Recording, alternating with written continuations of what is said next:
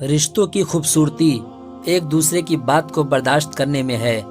بے عیب انسان تلاش کرو گے تو اکیلے رہ جاؤ گے۔ دکھ میں کبھی پچھتاوے کے آنسو نہ بہاؤ، کیونکہ تم وہ خوش نصیب ہو جسے اللہ نے آزمائش کے قابل سمجھا۔ انسان رشتے بدلتا ہے، دوست بدلتا ہے، پھر بھی وہ پریشان کیوں رہتا ہے؟ کیونکہ وہ خود کو نہیں بدلتا۔ اسی لیے تو مرزا غالب نے کہا تھا، عمر بھر غالب یہی بھول کرتا رہا، دھول چہرے پر تھی اور صاف آئینہ کرتا رہا۔ جن کے ساتھ زندگی گزارنی ہو ان میں نقص نہیں تلاش کیے جاتے۔ جب آپ کسی راستے میں روشنی کرتے ہیں تو آپ کا اپنا راستہ بھی روشن ہو جاتا ہے۔ بہترین رشتہ وہ ہے جو آپ کے عیب جان کر بھی آپ سے تعلق ختم نہیں کرتے، اور بے شک یہ رشتہ آپ کا اللہ کے علاوہ کسی سے نہیں۔ جس گھر کی خواتین میں سے کسی کا نام فاطمہ ہو، اس گھر میں غریبی اور مفلسی داخل نہیں ہوتی۔ خوش قسمت ہے وہ انسان جس کے لیے کوئی روئے، مگر بدقسمت ہے وہ انسان جس کی وجہ سے کوئی روئے۔ جب دعا کرتے وقت تمہاری آنکھوں سے آنسو آنے لگے تو سمجھ جانا تمہاری دعا بارگاہ الہی میں قبول ہو چکی ہے۔ وقت کی تیز رفتاری سکھاتی ہے، بتاتی ہے، دکھاتی ہے منزل بھی، مسافر بھی، اپنے بھی اور پرائے بھی۔ تین انسان تین چیزوں سے محروم رہیں گے: غصے والا صحیح فیصلے سے، جھوٹا عزت سے، اور جلد باز کامیابی سے۔ لوگوں کی محبت پانی کے بلبلے جیسی ہے، زیادہ دیر تک نہیں رہتی، لیکن اللہ کی محبت آب حیات ہے، امر ہے، کبھی نہ ختم ہونے والی۔ خوبصورت چہرہ بھی بوڑھا ہو جاتا ہے، پرکشش جسم بھی ایک دن ڈھل جاتا ہے، لیکن ایک اچھا انسان ہمیشہ اچھا رہتا ہے۔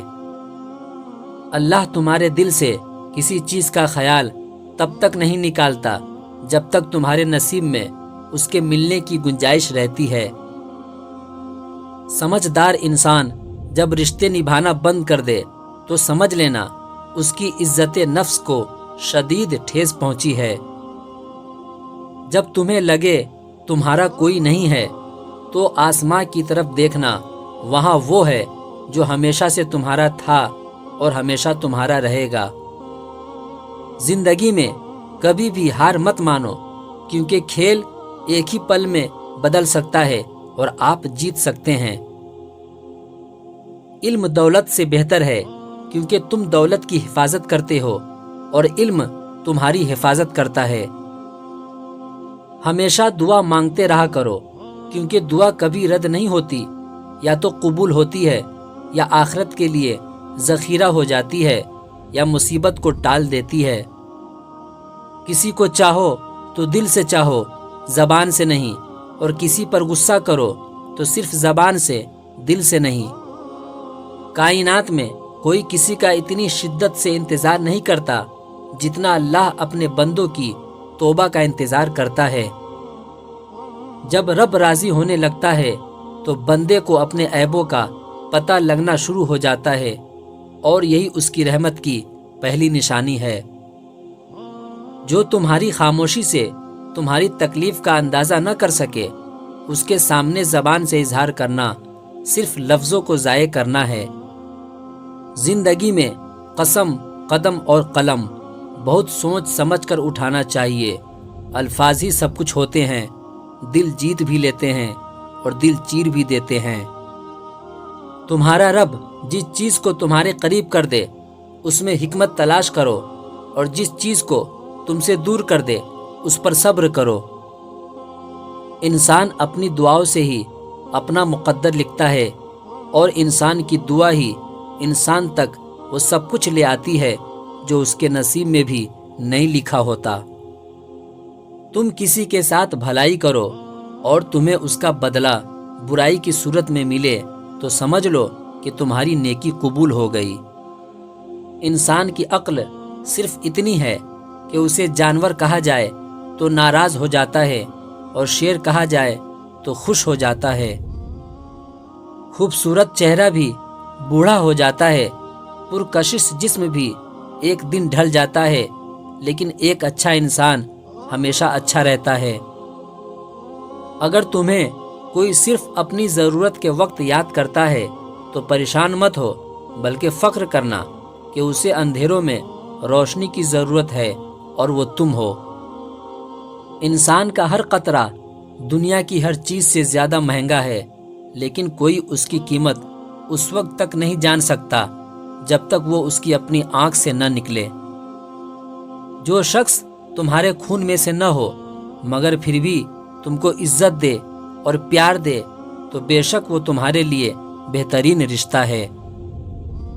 ہمارے لہجے کی کرواہٹ ہمیشہ ہماری اکڑ نہیں ہوتی، بلکہ ہماری زندگی میں برداشت کی ہوئی تلخیوں کا نتیجہ ہوتی ہے۔ دعائیں دینے والے سے بڑھ کر دنیا میں کوئی سخی نہیں، اور دعائیں سمیٹنے والے سے بڑھ کر دنیا میں کوئی دولت مند نہیں۔ جس دن ہم یہ سمجھ جائیں گے کہ سامنے والا غلط نہیں، صرف اس کی سوچ ہم سے الگ ہے، اس دن ہماری زندگی کے بہت سے دکھ، شکوے اور غلط فہمیاں ختم ہو جائے گی۔ اپنے وہ نہیں ہوتے جو آپ کی غلطیوں اور عزتوں کا تماشا بنائے، بلکہ اپنے وہ ہوتے ہیں جو آپ کی غلطیوں پر پیار، مان، بھروسے، احترام اور ادب کا پردہ ڈالے۔